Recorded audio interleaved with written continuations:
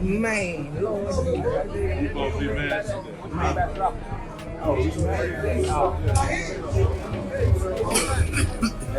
When we left out the concert, we under the garage. Dude went to his car by himself and walked down to the parking lot. That's when somebody tried to rob him and killed the dude. What the hell my 19-year-old cousin gonna try to rob and kill somebody? Bro, we getting money, man. The street's been whispering, but now the feds stepped in loud with paperwork, timelines, and digital trails, and suddenly the name Boosie Badazz is back in the headlines for reasons nobody in his camp wanted resurfacing again. According to new federal filings, investigators claim they uncovered fresh evidence tied to the murder of Duke the Jeweler, and the way this info allegedly connects back to Boosie has folks looking at old details in a whole new light. This ain't about rumors floating on blogs anymore. This is about call records, travel movements, money trails, and witness statements that the feds say line up too clean to ignore.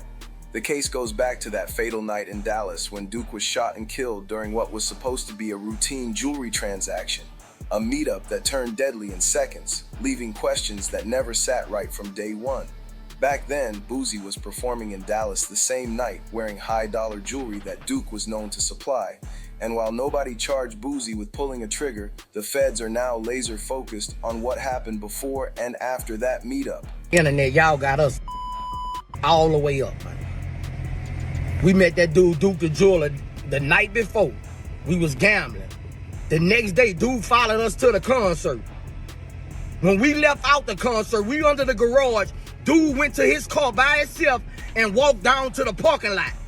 That's when somebody tried to rob him and killed the dude. What the hell my 19-year-old cousin gonna try to rob and kill somebody? Bro, we getting money, man. We get fucking money. That ain't our stilo. As a boss, I ain't letting that go down like that, man. This dude finna make me a piece.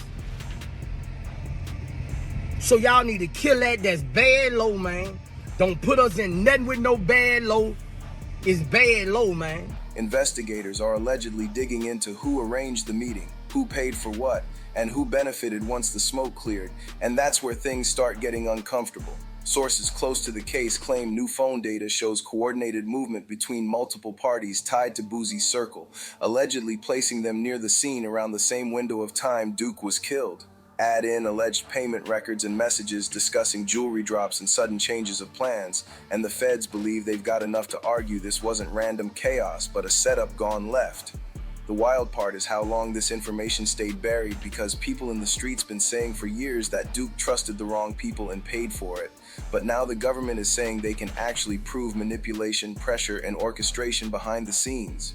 Boosie, for his part, has repeatedly denied any involvement, saying he had nothing to do with Duke's death and calling the accusations weak and recycled. But federal prosecutors don't usually dust off old cases unless they feel real confident. They're reportedly leaning on cooperating witnesses too, people who were once silent but now allegedly talking under pressure, painting a picture of how jewelry deals, artist entourages, and street politics blurred together that night. What makes this hit harder is Duke's reputation in the jewelry world, known for moving expensive pieces with trust and access, not paranoia.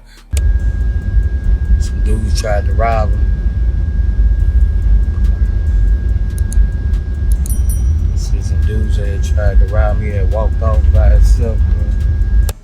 You think niggas wake up and just choose Boosie to steal from? You don't think there's better people to steal from? Like, it's not fucking happening. Boosie is not a victim, dog. Like, that nigga ain't no... Boosie is a fucking villain. Which the feds say made him vulnerable to a play that didn't feel dangerous until it was too late. This new evidence is being framed as connective tissue, small details that alone mean nothing, but together tell a story prosecutors think jurors will understand instantly. The streets are split right now, with some saying Boosie's being targeted because of his past and image, while others feel like money, ego, and opportunity created a deadly situation nobody expected to spiral that far. What's undeniable is that Duke lost his life. His family never got real answers, and now, years later, the case is heating back up in a way that feels far more serious than before. If the feds move forward with charges or subpoenas tied to this new evidence, it could crack open not just one name, but an entire network of people who thought time buried the truth. And in this game, when the government starts connecting dots this late, it usually means somebody talked, somebody slipped, or somebody thought they were untouchable when they weren't.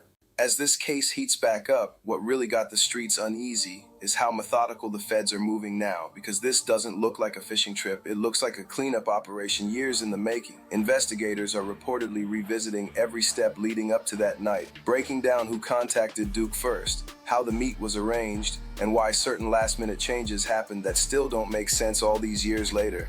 They're allegedly combing through surveillance footage, hotel logs, rental car data, and financial activity to reconstruct movements almost minute by minute, and that level of detail tells you they believe the truth been hiding in plain sight. People close to the situation say the feds are especially interested in how jewelry was being moved around artists on tour. Boosie is in hot water with the feds. Him and J. Prince Jr. mob ties. How trust replaced caution, and how someone like Duke could end up walking into a deadly setup without realizing the danger. There's talk that certain individuals connected to Boosie's extended circle were already on law enforcement radar for unrelated issues, and once pressure got applied, the silence started cracking. That's usually how old cases get revived, not by one big smoking gun, but by small players deciding they don't want to carry the weight alone anymore. Allegedly, statements now line up with digital evidence in a way that didn't exist back then, and prosecutors believe they can show intent, coordination, and benefit, which is a scary combination in any courtroom. What's got fans conflicted is how Boosie's past reputation keeps getting dragged into the conversation, with supporters saying he's being judged off history instead of facts, while critics argue history is exactly why the feds never stopped watching.